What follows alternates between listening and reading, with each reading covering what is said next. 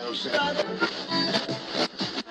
you are, whatever you're doing, stay with us as the Suns get set to shine. Here's Perry to Gar. Here's the jump shot. Jumps to Marley, a long three. He got it! He got it! Into Booker. Here's the three. Shazam! Oliver, Sir Charles, and he flies in for a wham, bam, slam. Bravo time! He got it! Shazam! Oh, brother!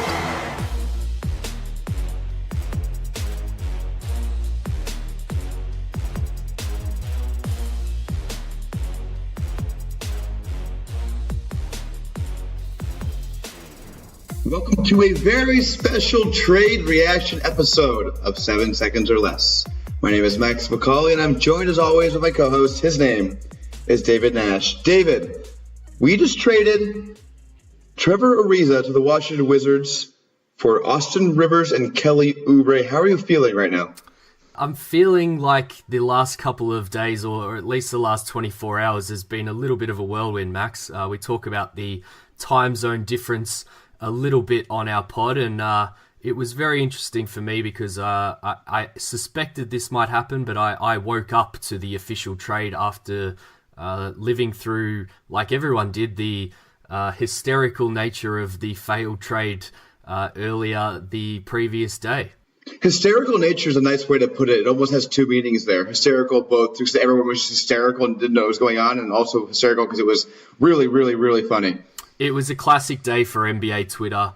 Not something that often happens. You know, I've read a few things and listened to a few pods since, and you know, most people have said that something like this has essentially never happened. Plenty of trades have been backed out of and things like that, but the nature of this one with two guys being confused, I'm not sure is something that's ever happened in the NBA before. And of course, it's our Suns to create another first in the NBA from a negative perspective, perhaps.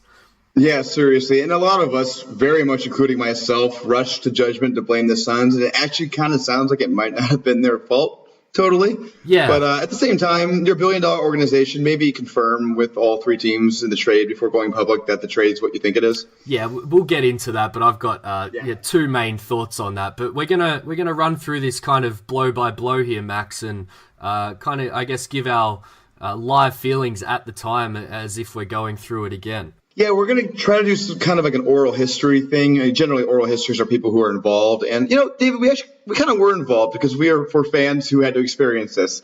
So we're going to go through what happened last night and just kind of give our feelings to each thing. We're going to go in order, all the crazy tweets, every twist and turn that was going on last night. And then obviously after that, we'll get into the actual trade that happened this morning and our feelings on that. But I think it's important.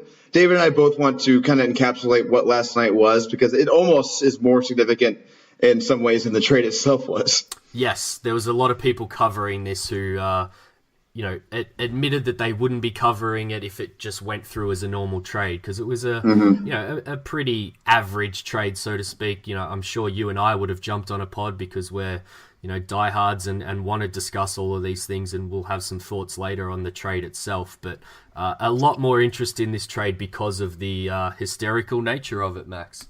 100%. So let's dive right into it. We're going to start right at the beginning. I think it was around 7:30, maybe 8 p.m. Phoenix time. Woj tweeted that the Suns and Wizards were pretty far progressed into a multi-team trade involving Trevor Ariza. David, when you saw that tweet, what was kind of your first thought? Yep, so I'll place myself here, Max. You mentioned it was kind of, nighttime where you are. It was the very middle of the day down where I was, and on a Saturday, no less. So I was not at home. I was out and about, actually at a friend's house auction of all things. So my mind was certainly elsewhere when this came about, and it certainly shocked me. You know, we discussed that as soon as the 15th hit that Ariza may be traded, but I didn't think it would essentially come before the 15th hit. And as you said, that initial tweet really just mentioned multiple teams, Ariza and Washington. So automatically I was looking at Washington's roster. I'd thought about Austin Rivers a couple of weeks ago, which I alluded to on Twitter, just with Woj's story about a playmaking guard rather than just calling it a point guard, so to speak. I thought that the Suns may look at guys like Austin Rivers. And then I was thinking about who the third teams were going to be and who'd been rumoured as third teams and stuff, Max. But where were you? What were you doing at the time? I'm a weird nerd person, so I was obsessed with us getting Thomas Sadaransky at that point. Yep. Because he's the guy I watched and I wanted the most. And I've always thought he'd be a great point guard fit with Booker. But, I was nervous, and part of the reason why I was nervous is because I thought Austin Rivers might be in the trade, which, if you haven't found out yet, spoiler alert. But, yeah, that's how I was, too. I was really confused because I didn't think the Wizards were going to be the team to get Ariza. I thought it was going to be a contender more so than a team that was on fire. Yeah. But, looking back on it now, it makes some sense because, Ariza, although it didn't help for the Suns, it was very much a locker room thing. I think for the Wizards, he's served that role for them before. Yeah. So I get it going back, but yeah, for me it was a lot of confusion and just like, all right, I just got to see what the details are going to be on this trade. Yeah, I kind of looked at two tiers when the initial Ariza stuff happened. There's obviously the contenders where Ariza might really push you over the top, but there was another tier there of these just playoff contenders and teams on the bubble of making the playoffs, and Washington were definitely one of those and are definitely one of those. And, I guess those teams are perhaps more desperate more quickly to move on a guy like Ariza. I still don't get the trade overall for them. It's just a little bit confusing. They're a little bit of a dumpster fire overall. So, giving up on a guy like Oubre, I guess they'd already made that decision mentally a long time ago. But we're not going to talk about Washington too much, but that initial tweet had us both nervous, I think, is probably the easiest way to finish on that first note, Max. Let's move from anxiety to anger, because the next tweet Woj tweeted, and I'm just going to read verbatim my response to this tweet, but Woj tweeted that Ariza was going to the Wizards, Oubre was going to the Grizzlies, and Austin Rivers and, quote, 2 Grizzlies role players to Suns. Yep. was the tweet, and my quote tweet response was, "Oh my God, fuck this team seriously."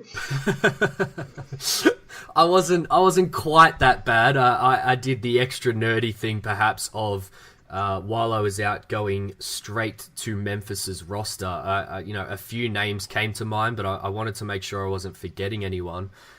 This is probably the first sign where you're in, a hell position of it being a pretty average trade. I straight away went, could Shelvin Mack be one of the Memphis role players and somehow save He's been good this year. This trade? Yeah, I mean, we talked about Sadaransky. I think, Shelvin Mack's just, been just as good as him this year in particular.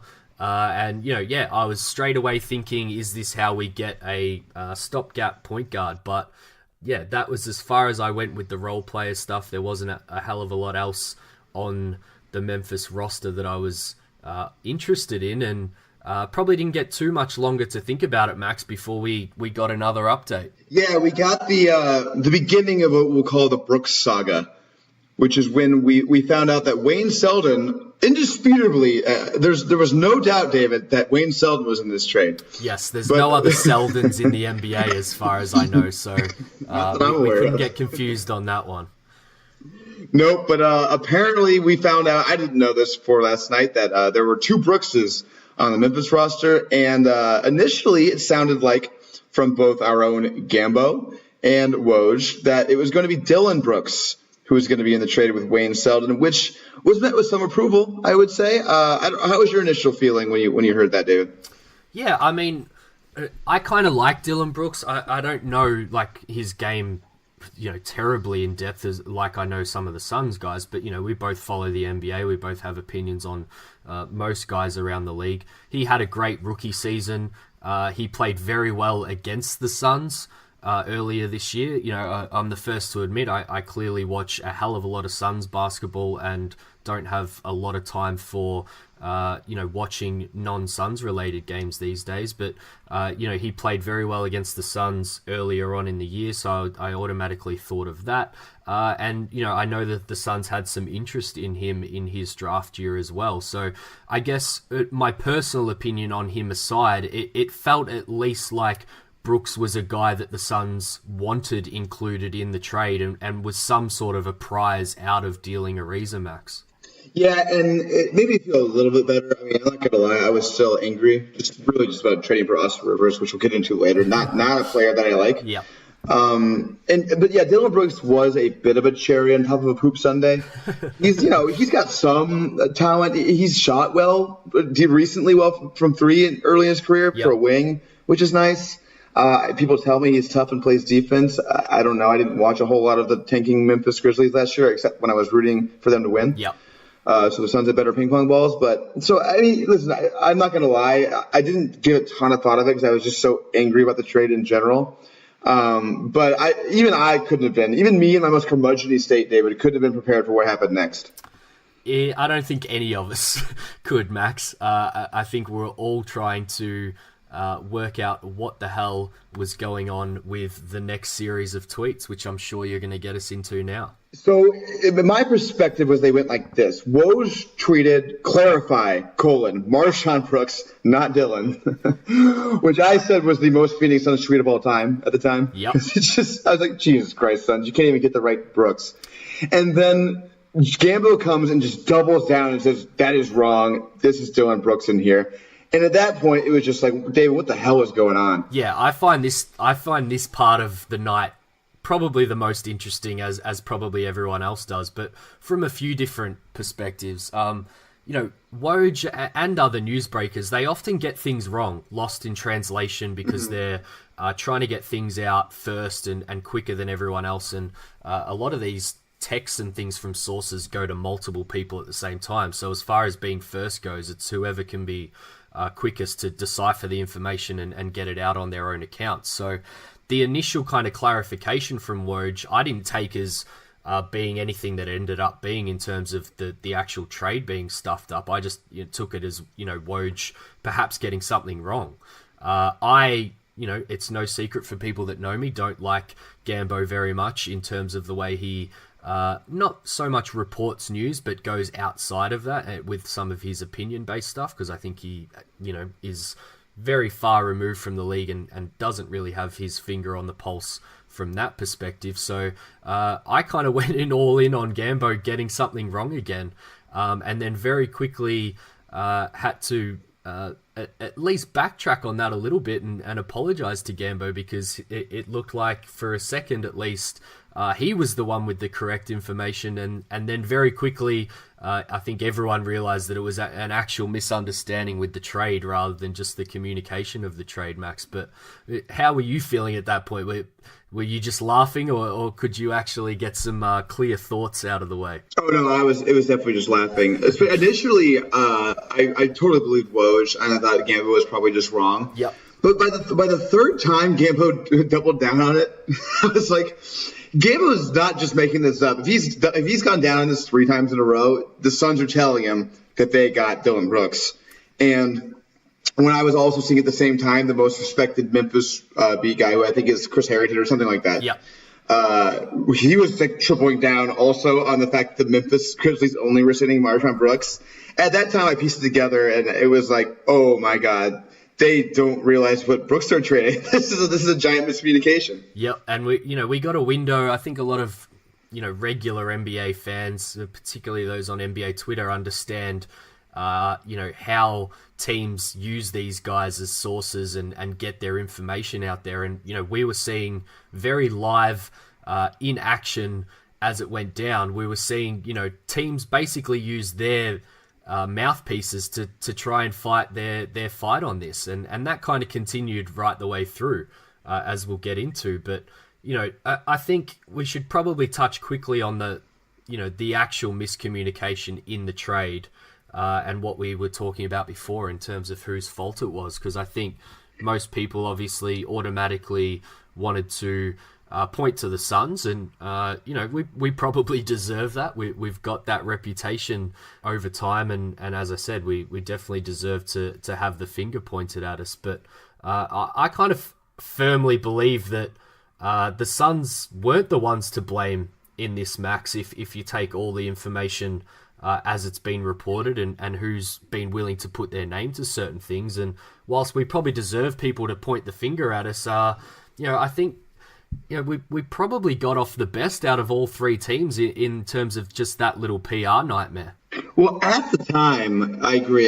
Everyone sort of assumed it was the Suns. And listen, including me, I was firing off my jokes last night. Yep.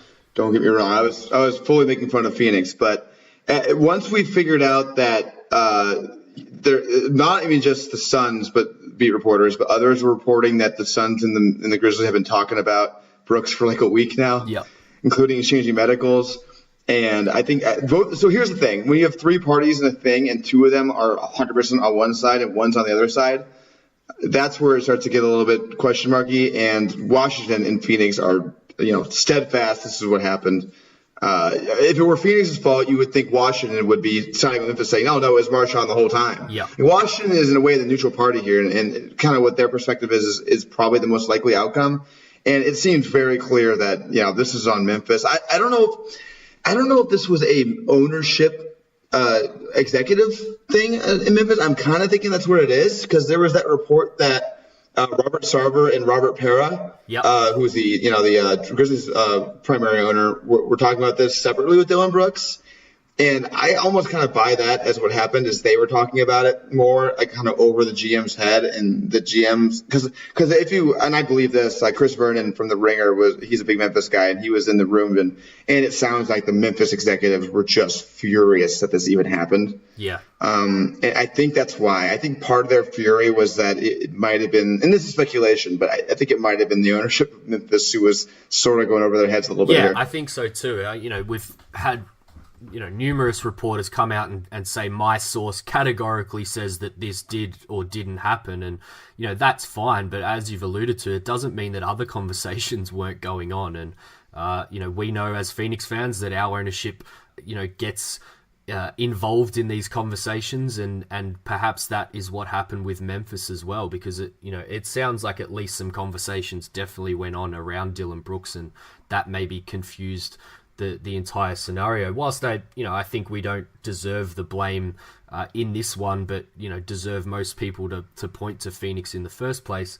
I will note the little caveat of, if we actually had a proper GM, Max, maybe this wouldn't happen. I listened to Bobby Marks and Brian Windhorst reaction podcast to it last night, and whilst I like to make fun of Bobby Marks, there's no doubting that he knows how these things go on and knows the inner workings of NBA front offices. And, as he said, any 3-team trade, there should at least be an email chain or a conference call where all three parties are on it before, things like players start getting informed of the trade. This doesn't require front office super experience. This requires common sense. Exactly. I'm sure a bunch of our listeners have been in corporations before. I'm a lawyer for a company. Yep. We would never do a deal without talking to all the parties involved. That's asinine. Exactly. You don't go public with something before. It's nuts. So all three parties here are at fault. They need to be doing a better job when they're discussing these things, particularly before they go public with them.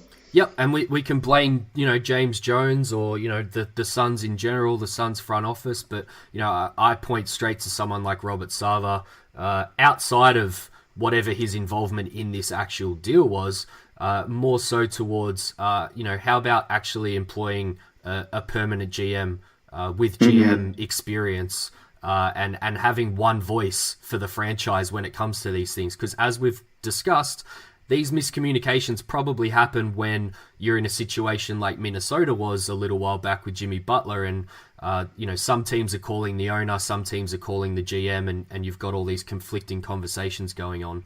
That's exactly how these miscommunications, however silly they are, tend to happen, Max. As I tweeted last night, the Suns should probably hire a GM soon.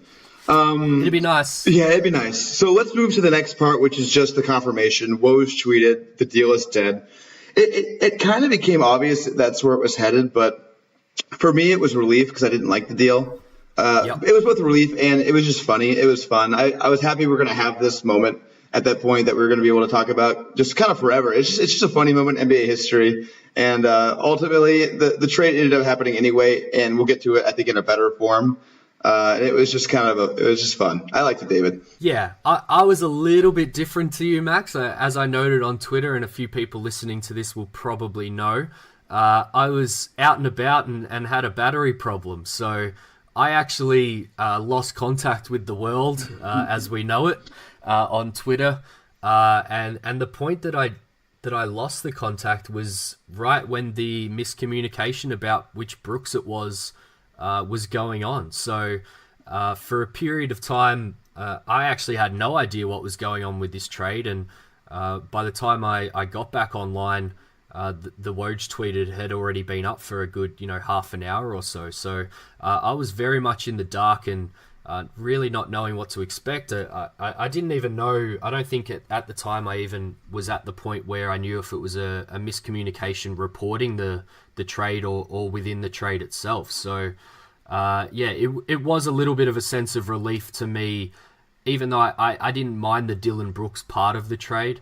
It was at least a relief to me that we didn't relent and just take Marshawn Brooks, because that trade in kind of what was going in and out in that one specifically would have been pretty hard to justify from a Suns perspective. It would have been abominable, is the word I use for it. Like, that's just two worthless players and a player who I think just hurts you, which we'll get into. But so yeah, that happened. The deal died, and then Dave, before we get into how we feel about the actual deal that happened this morning, let's talk a little bit maybe about the kind of the side part of this. Was the tweet about Robert Sarver and how he apparently killed a trade for with Ariza going to the Los Angeles Lakers because he didn't want to trade Ariza to the Lakers. Now, initially, most Suns fans, and including me, I think I thought back to the Nash trade. And we kind of thought that's what he was thinking about. But I saw some clarification later. I can't remember from who the clarification was from. But it was more for Sarver about the Tyson Chandler thing and the criticism they got for allegedly helping out James Jones helping out his buddy LeBron. And he didn't want to be seen as doing that yet again. So that's apparently what the justification was. It's a bad justification. You should make the best trade possible, in my opinion. But what do you think about it? Yeah, I agree with that. I think if there's a better trade on the table, then it's within the team's best interest to do that trade. I think talking about the Jimmy Butler stuff a few episodes ago, I think I noted to you that someone mentioned that Glenn Taylor hadn't done a deal with the Lakers in his entire time owning the Minnesota Timberwolves because of the history around the Lakers essentially taking the Minnesota Lakers nickname many, many decades ago. So, that kind of an attitude is not how an NBA team should be run. But I have a slightly different view on this. I get probably quite unjustifiably angry at reports like this, or at least the reaction to the reports, because it's very easy to put out a report or a tweet like that saying that Sarver blocked a trade, but we have absolutely no idea what else was going on with that trade and whether he was blocking it simply because he didn't want to deal with the Lakers or, maybe because he didn't like the deal. It had already been reported that the Lakers weren't willing to put any of their young talent into deal. So, again, kind of like with everyone pointing towards the Suns and laughing when the initial Brooks miscommunication came out, it's very easy to kind of just, go lol Sarver. But at the same time, if the Lakers weren't really coughing up with something worth, the Suns taking, particularly, KCP was probably the one piece that they were willing to give up. If there was no third team willing to take him, do we want Rivers or KCP? I guess that's a debate for another time. But, I just get a little bit frustrated with reports like this because, there's just so many other variables that we don't know about that it's very easy to kind of go, oh my God, Sarver, you're the worst. But we just have no idea what that trade may have even looked like and whether it would be better than, I guess, what the Suns eventually ended up with, Max. Yeah, and we don't know. It could have been like the LA telling Woj or whoever reported this. I can't remember who reported this, but LA telling whoever reported this, like, that's what Sarver said. Hey, no, fuck you guys. Fuck you. I'm not helping you guys to get on the phone. But really, the trade was just awful, and Sarver was throwing an offhanded comment at the end of it, and that's why. Exactly. You have no idea. It's so hard to know this stuff, so I totally feel you there. But at the same time, I understand why Suns fans aren't giving Robert Sarver the benefit of the doubt. So, I guess I kind of feel both ways in this, but I definitely get your point on this, David. Yeah, it's exactly the same as my 2 points with the miscommunication on the trade. Is we don't deserve the benefit of the doubt, unfortunately, in these scenarios because of all the history. But that doesn't mean that we can't point out that perhaps it didn't quite go down the way that it's being reported. And we'll get into it with the trade, but Rivers is an expiring contract, and there are some pluses in what the Suns, I guess, avoided in a trade, getting rid of Ariza, and who knows what the Suns were going to kind of be forced to take on in any trade with the Lakers. So, and we'll probably never know, Max. So we'll just have to leave that one in the past too. Nope. All we know is that we weren't going to get anybody really good from the Lakers, so that's enough to satisfy me that I shouldn't care about it. Let's move on to the actual trade itself. The first thing I'm going to say is if this was the initial reported trade, Rivers and Oubre, I would not have reacted so poorly to it. Because I do think Kelly Oubre is the kind of guy the Suns should be looking at. It's unfortunate that he's a wing, and I saw Bill Simmons point out, I think rightly, that it's pretty incompetent for the Suns to not address the number one thing they need, which is a real point guard with their one asset. And I get that, and we can debate over how much Austin Rivers is going to fill that role, but we'll get there. But for me, Oubre is so much more. It's so much more interesting to me than Selden and Dillon Brooks together, because Oubre is a big wing with toughness, works hard. He's kind of like the prototype of what we want the Suns to be building around, sort of. It's kind of what we want Josh Jackson to sort of model himself after. And I'm hoping that I hope he takes Josh's minutes, honestly. Yeah, there's definitely that appeal there. That's definitely in my notes here is can he put pressure on Josh Jackson? But before we get into that, I guess my two concerns with the trade, I suppose, and probably what leave me feeling pretty 50-50 on the trade, I suspect, and probably need to see how things are going to work out in the next 5 to 10 games in terms of the rotation. But we traded away Ariza, who you and I are probably high on compared to most of Suns fans in terms of what he was contributing to the team, or at least could contribute to the team. But we traded him away. We probably got weaker at our power forward rotation, which was essentially just him and TJ Warren. And we didn't, address anything to do with the point guard rotation, particularly, I guess, depending on how you feel about Austin Rivers, which I think you and I are pretty much on the same page there. So we don't want him to play point guard, right, David? That's the page we're on. And it kind of seems like, given what the Suns needed going into this trade, if this is the guy they went out and got, this is the playmaking guard they were looking for, it's hard for me to see them not starting him at point guard. Yep. And my second concern would be we could have had Oubre originally. So maybe they were a little too one-eyed for Dillon Brooks, and he was the kind of prize in the deal for them, as we said, and they never really even considered Oubre. Maybe with Washington playing the middleman, maybe they didn't even know that Oubre was the piece going to Memphis to get Phoenix the pieces that they wanted back. That's probably something that we have to factor in too, particularly if all three teams weren't really communicating with each other. So, but I am just a little bit concerned that we're essentially taking a piece now that we weren't interested in directly from Washington straight away. So whilst it could work out, and a lot of things with the Suns have worked out, even though it wasn't their kind of initial plan, that's a little bit of a concern with me in terms of him not really being in the thinking originally with this trade. Yeah, it kind of feels like this was a holy shit, we have a bunch of hurt player feelings here, we just got to do something. Yeah, and probably for Washington more than the Suns. I think the pressure was really on them. I think that's right, and that's an interesting point you brought up. I haven't thought about that the Suns may not have known that Oubre was the other piece and may have been intrigued once they found that out. But even still, I agree with my friend Carlos Petri, who said on Twitter, even if you like this trade with Oubre, it's not great that the Suns were forced into a better trade than they had last night.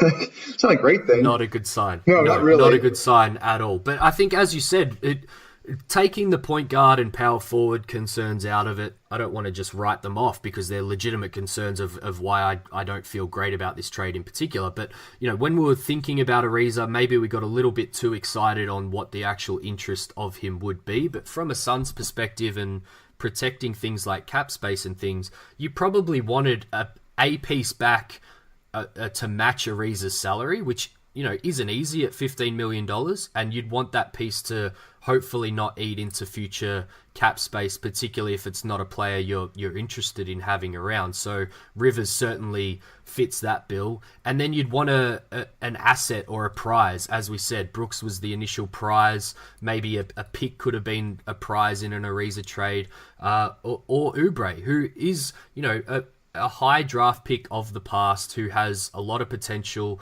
and maybe with a bit of a team change, could actually work his way into being, a future Phoenix Sun, Max. I think the biggest issue with Oubre, and my guess would be if the Suns knew he was on the table in this trade and preferred Brooks anyway, it's because of the contract situation of the two. Mm-hmm. Brooks is under team control for a little while longer. Not sure exactly how long, but certainly a little while longer. Oubre is a restricted free agent. Yes. So they're going to have to make a decision on him almost immediately. They're going to have to trade him before the trade deadline by himself if they're going to turn him in anything. Because once the trade deadline hits, he can't be traded because he's a restricted free agent.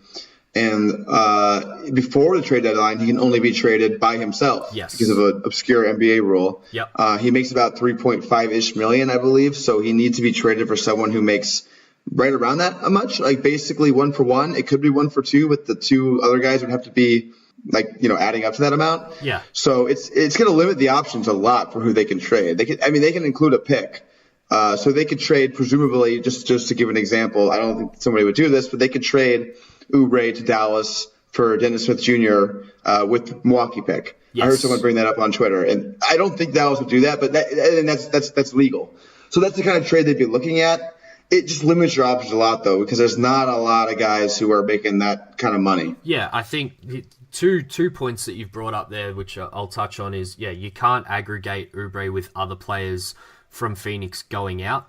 I think it's essentially 2 months after they're traded, and then it's 2 months. That takes us past the current NBA trade deadline. So that's why he can't be traded, as you've mentioned. I think the recent Milwaukee, Washington, Cleveland trade that included Sam Dekker actually got in just before that deadline, which was quite important because I think Cleveland can actually trade some of those players just before the deadline, and that's why that deal was done when it was done, whereas this one has kind of missed that window. So that's definitely an important point to note. But yeah, he can go out with picks and things, and we can have more players come back, but with his pretty low salary already, that's probably unlikely. And real quick before you go on, I'll point out that we're not making this up out of thin air about trading Oubre. David Aldridge immediately tweeted this morning that teams are already sort of like sniffing around trading for him. So this might be a thing that'll be a story. Yeah, and if there is too much of a logjam or they just can't make him work, that the Suns may even end up just eventually offloading him for a second round pick or something for someone who wants to take a shot on him. But what you mentioned in terms of Oubre and Brooks is a important thing too. Oubre is going to be a restricted free agent who appears to have some interest around the league going into his free agency, and Brooks, I believe, is either a small or a small non-guaranteed salary for next year, which I just want to note, I think the Suns really have eyes for these guys at the moment because I think they see the cap crunch coming. Particularly, they've left a lot of room open. I think the theory is that they want to chase or overpay some free agents next summer. We have some thoughts on whether that's going to be possible or not, but they have in these small deals really looked to target guys like Rashawn Holmes, Dylan Brooks here. They've put Melton and Okobo on quite small deals, small rookie scale deals or small non-guaranteed deals. So I think they are thinking that bottom end of the roster around having guys that contribute that are on really small salaries for the next couple of seasons, which for a nerd like me is just interesting because I think that's how you try and build a roster around guys like Devin Booker and all the rookies that we have, and then potentially pay some big free agents. Is you want some... Can I jump in with a nerd question for you, David? Yep. So you got me thinking a little bit here. So I definitely agree. The Suns have been building for this next summer forever. They structured a ton of contracts around it. TJ's money dips next summer. Bledsoe, before that all went to shit, he was expiring in the summer. Like Dudley Chandler, everyone was expiring in the summer. The plan forever was this summer. Yep. But I'm pretty sure, and correct me if I'm wrong, doesn't the cap jump not this summer but next summer? There's going to be like a 15 or million-ish jump one of these summers. It's pretty even at the moment, but things change very quickly. So at the moment on projections, we go from about 102 million this year, up 7 million to 109 is the current projection for next year. And then recently it was announced that it's going to jump from 109 up to 118 the next. So that's summer. what I was thinking about with that next one. And I think the original plan was that they were going to have to extend, like, the Bender Chris's of the world or the Jacksons of the world. But if the Suns strike out on all those guys, they might have a ton of space that summer. I'm looking at it now, and you're right. I think we're always thinking that we were going to have a few extensions hit in the summer of 2021, but Bender and Chris are essentially off the table now in terms of needing to pay any money to at all. So we project to have just as much, if not more, cap space, or definitely more, because the likes of Anderson and things are off the books. Unless they obviously stretch him, that's going to dip into some of that money as well. But it's really not until the summer of 21-22 where, if Jackson turns things around, you'll have to think about him, and you'll have to start projecting for both DeAndre Ayton and Mikal Bridges the following summer. So, that's going forward quite a few years now. But yeah, I think, as you're pointing out, next summer isn't the sole focus because of what has happened more recently with the rest of the rookies that we've brought in and that haven't worked out. I think we do have consecutive years to kind of address these problems now, rather than it all being down to 1 year next summer. Yeah, sorry to throw us on a tangent, but I literally just realized that the whole focus of the Suns on that 2019 summer is sort of kind of become moot, or at least not really the sole focus anymore. Yeah, I think it's probably a little overplayed now, given that if they do, strike out, they probably shouldn't just spend the money for the sake of spending it, because it'll probably be there again next summer, which that wasn't looking the case. And they also shouldn't stretch Anderson for no reason. They should only do it if they're signing somebody. Yes, I tell you what, Max, I've had this thought many times. If they stretch Anderson the moment that they can before going into free agent conversations, then this team and front office literally has no idea what it's doing, because that would be the Marcus Morris trade away for LaMarcus Aldridge, but on steroids, because you would be damaging your team for 3 or 4 years going forward without the guarantee of actually with one caveat, and you may know the answer to this, make it not a caveat, but Anderson's guarantee date, he moved it to when? Do you remember? Off the top of my head, he moved it to around the moratorium, so you could essentially have some of those conversations and get commitments from guys before you need to make those decisions. Okay, so then yes, you're right. They'll be incompetent if they do it before they have to. Yes, let's not give them any excuses. No excuses. But we're on tangent. Let's go back real quick to the trade before we sign off here. Yep. Let's talk about Austin Rivers a little bit.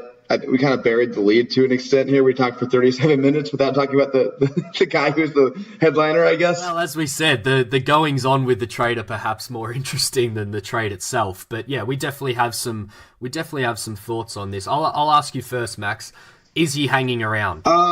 Yes. And the reason, but what do you mean hanging around? Like the season or beyond the season? Just this season. I've seen a few people say that we're going to buy him out straight away or whatever, which I just don't agree with at all. No chance. It's pretty clear that they were targeting him. Yeah. Not only was he in both the versions of the trade, but also Woj put a story out, I believe this morning, talking about how the Suns were interested in him before he was even traded from the Clippers to the Wizards.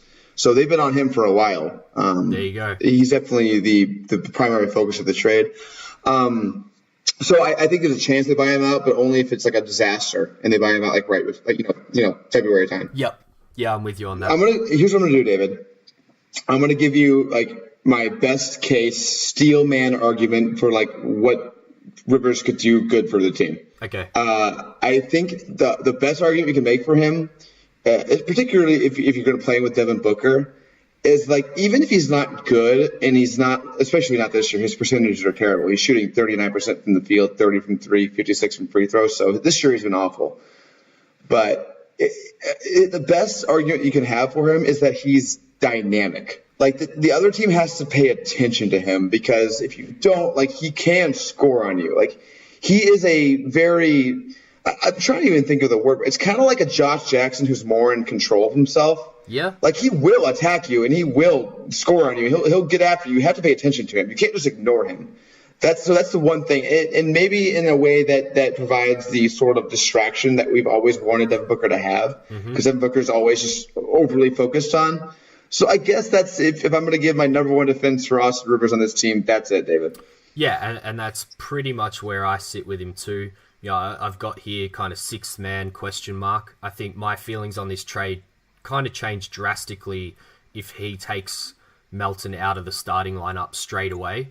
I'm all for pressure on guys, and if Melton regresses and doesn't show some of the progress that he's shown in the 4 games that he's been starting with the Suns, then you look to make a move. But if they just insert Austin Rivers straight away next to Devin Booker, who apparently is going to be back very soon, if not tonight, then my feelings on this trade really change drastically, because moving Ariza, we've discussed this before, that should be a pretty clear sign to me that they're kind of going all in with the youth and seeing what progress they can make on the development of these guys before they chase some free agents and things for next offseason. So I'll be pretty dark if Rivers is straight in as the starting faux point guard, so to speak.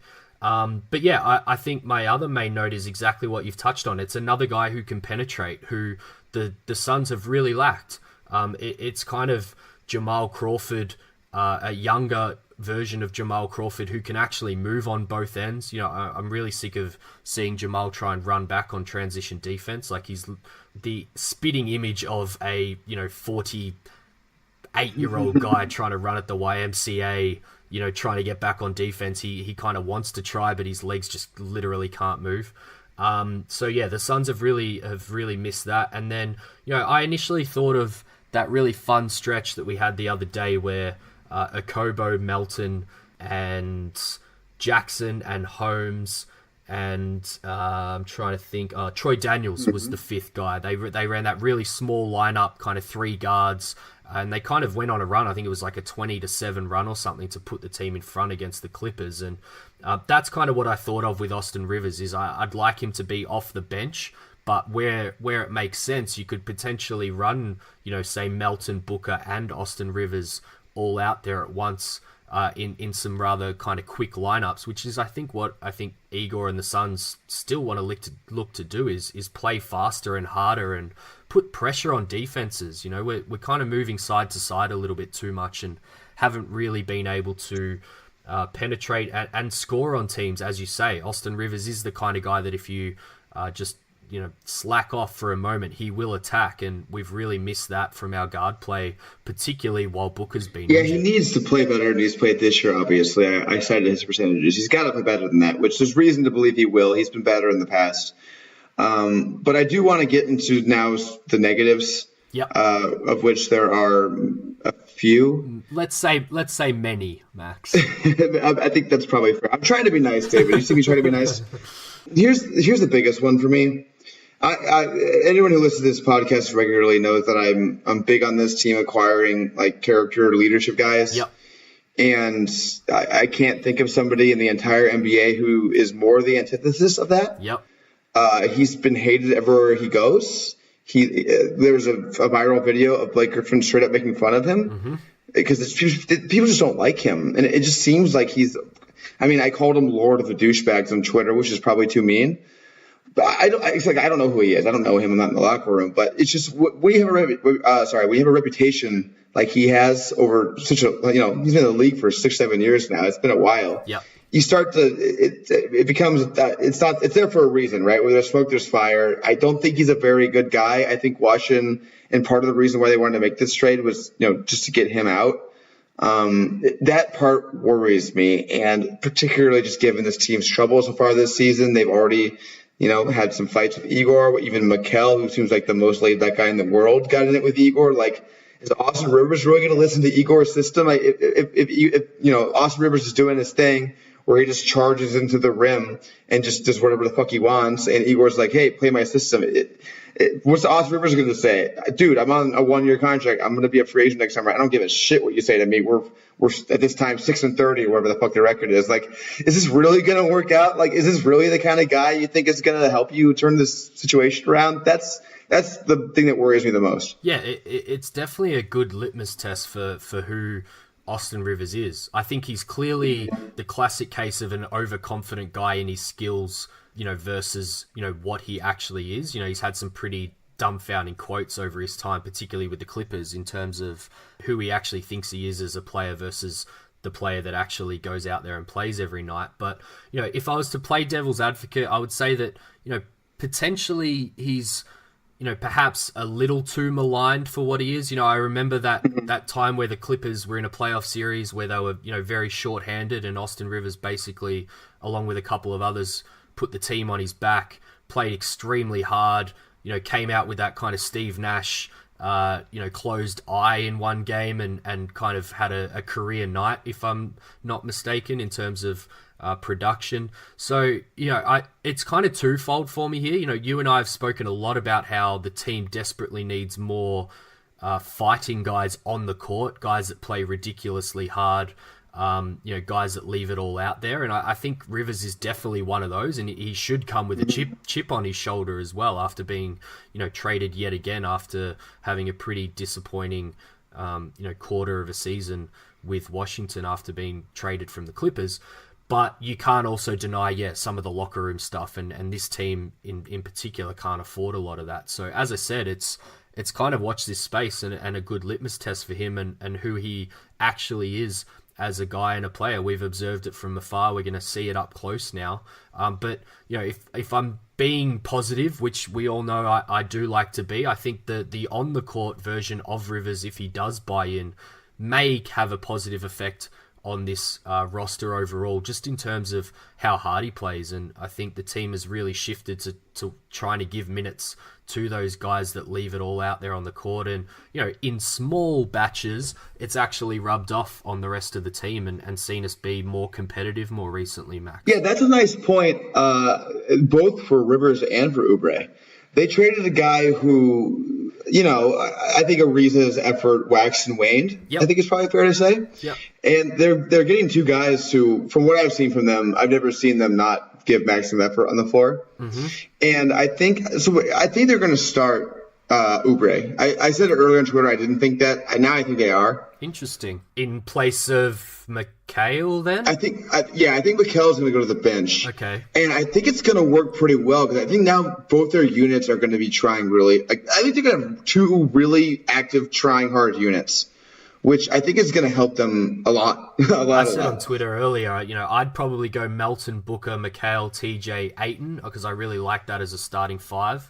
And then you've got all these kind of high energy guys that you can kind of plug and play. Something that you and I have discussed quite a lot is that they need to stagger their talented guys a little bit more. And this is a real opportunity. I'm not sure whether we're going to see it, but this is actually a real opportunity to stagger Booker, TJ, Ayton, and just plug these guys in that are, pretty much our whole bench is flawed in terms of who they are. They've all got kind of pretty noticeable flaws, but they all play really hard. We're going to have, if it was me, guys like Rivers, Jackson, Oubre, Holmes, and you can kind of just piece these guys in around the really talented, more complete players, particularly scorers and efficient scorers too in Booker, TJ, and Ayton. So that's how I would do it, but I certainly agree with you that that's ideal world, but we have to probably be open to the fact that both Rivers and Oubre could potentially start on this team. David, we're kind of talking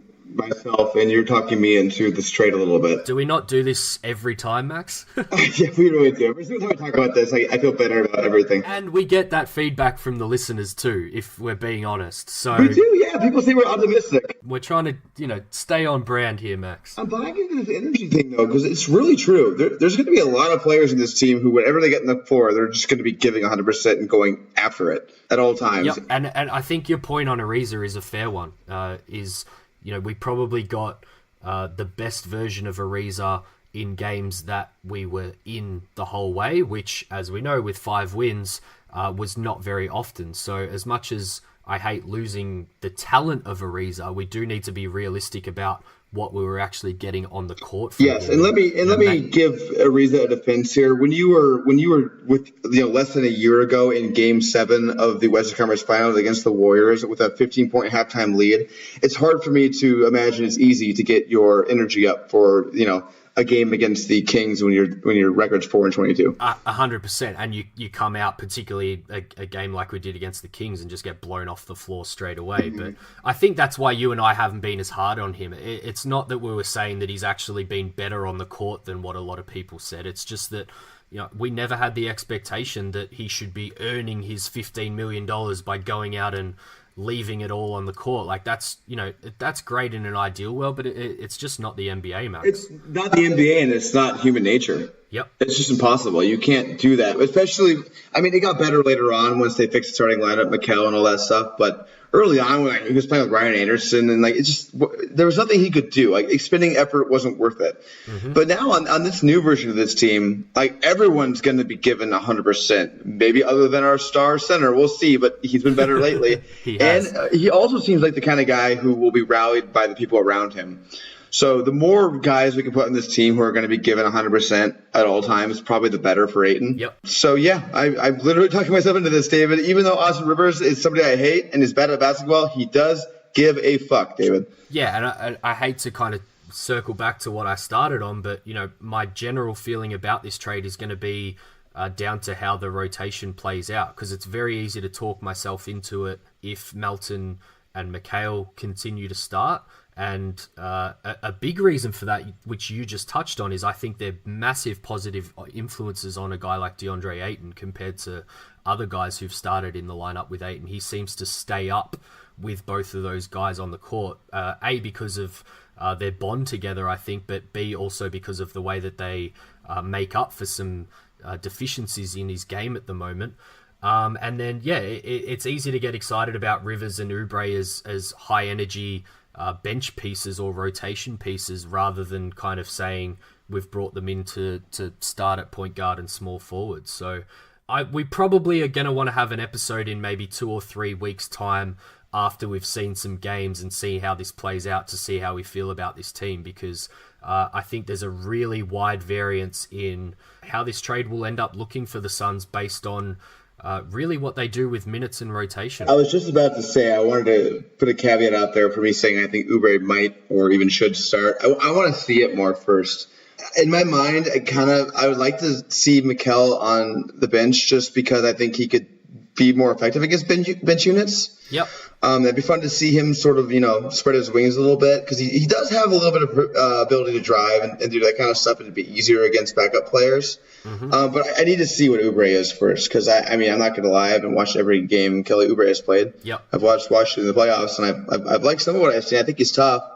But, we'll see. I agree. I think this is going to be another experimental period with Igor, which means, as you know, plenty of Max criticizing Igor's rotations.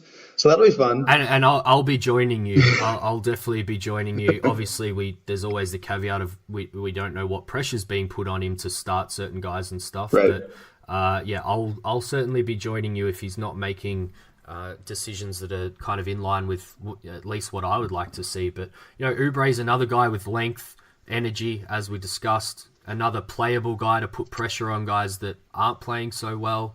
TJ goes and gets himself ejected, all of a sudden at least you've got another guy that can actually be plugged in and played rather than... One more tangent, David. What's gotten into TJ this season? He's shooting threes, getting ejected? I got a theory on this, Max. What is it? I think he feels really undervalued in the league overall, and particularly with the jump that he's made. And I think the frustration we've seen with his two ejections and the technicals that have resulted in those ejections, I absolutely have nothing to base this off. I'm not a lip reader. I haven't gone back and seen what he said to the refs, but I think he's been complaining about fouls that have been called on him that he doesn't get on the other end, and he's going off on the refs, and that is why he's getting ejected. I think you are 100% right about this. That's definitely what it is. Yep. He's mad about that. That makes a lot of sense, because TJ is that meek and mild guy. And he's actually taken a leap this season, as you mentioned, to being one of the top, 40 offensive players in the NBA. He's really good on offense now. He wants the respect and calls that are supposed to come with that. Particularly given that he's, oftentimes driving, getting into the lane and taking hits and not getting called. I get it, David. You know what? You nailed it. That's exactly what's going on. Yep, keep an eye out on it, guys, because I went off on him the second time he got ejected because it's just not good enough when your team's that thin. But I will give him the out that if that's the reason, sometimes that short-term pain helps you longer term, and he's not one to go off all the time. So I definitely think it's something like that with TJ. You know what I would just like, TJ, I like you showing the emotion. I get your frustration, but Goldilocks, man, you're too low before. Now you're getting ejected. There's a Goldilocks middle here. Just get one technical foul. How about? And that's perfectly in line with one of Igor's favorite sayings of never too high, never too low, Max. Yeah, exactly, which kind of used to be him, but now he's a crazy TJ. We'll see how that goes forward. But David, you want to finish it off here with a little recap of what's going on and a little preview of what's going to come ahead? Yeah, I mean, as I alluded to before, we're recording just a few hours before the Minnesota game. Booker is questionable, and all signs are leading to him maybe playing, which I'm not actually all that enthused about, Max. I don't know. David, it's hard for me to know because I don't know if he's healthy or not. If he's actually 100% and he's fine, sure. But if he's coming back early again, then that's stupid. Yeah, I mean, I'm guessing that he's coming back early just with what I know about hamstring injuries, potentially re-aggravation of hamstring injuries. I think it's still, whilst it's been double the time in games to what he missed the first time around, if not a few more, actually, I still don't think that's long enough. Probably what he's spent out of the game now is what he should have spent at least minimum out of the game the first time. It's hard to know, though, right? Because Harden was out for like the same amount of time as Booker last time, same injury, and was fine. It's just so hard to know this crap. It is. And yeah, as you said, if he is 100% fine, but I'm a little skeptical on that, but we'll watch this space. Since we last recorded, which was a long time ago, or at least feels like a long time ago now, Max, we've pretty much piled up the losses to Lakers, Kings, Blazers, Heat, Clippers, and Spurs. We did get a win last against the Mavs, though, and we own the Mavs. We do. I love that. Does Igor know the secret that no one else does to stopping Luka? Because he's been terrible against us. I'd say the secret's probably more like get him on a plane back from China or on the tail end of a back-to-back. We'll watch this space on that one. But before we record next, a few winnable games. We've got Minnesota tonight, the Knicks, and then Boston. And then the Ariza revenge game comes around really quickly next weekend against Washington, Max. Oh, wow. We'll be watching that one. I call that the Austin Rivers revenge game, David. Yes, or maybe the Kelly Oubre. Is that one here or there? I believe it's there because we go on a big Eastern road trip after this Minnesota game, Max. Random point here, but Booker kind of gets going on Eastern road trips. I'm happy he's coming back for this. I'll take it. We need to pile up some more wins. I said after the Dallas one that the actual win and loss column really doesn't matter anymore, but in terms of not seeing the weird stuff like Bridges fighting with Igor and stuff like that, you just need to pick up wins along the way to kind of keep the progress going, Max. And you really just want to see Booker at 8 and just start like lighting it up and feeling good about themselves and making us feel good about the future, right? That's all we really want here. Exactly. So that's it for us, guys. Thanks for listening. My name is Max McCauley. I'm at MaxMCC11 on Twitter. He is David Nash. He is at The 4 Point Play on Twitter. Our podcast is at 7SOL Pod on Twitter. Please, as always, rate, review, and subscribe. We really appreciate it. David, thank you. Thanks, Max. And one last little fun fact did you know here for you and the listeners. Third time we've traded with Washington in the last 5 years. Very glad that we didn't get a draft pick back in this one because the first turned it into Tyler Ennis for the Suns, and the second time it was Georgios Papagiannis who turned into the Chris trade. So for those who wanted a pick back from Ariza, maybe be thankful that we've gone with a player that we know instead, Max. Georgios Papagiannis. I don't know where he is right now, but shout out to you. On a beach in Greece is my guess. Not a bad place to be. Thanks, guys.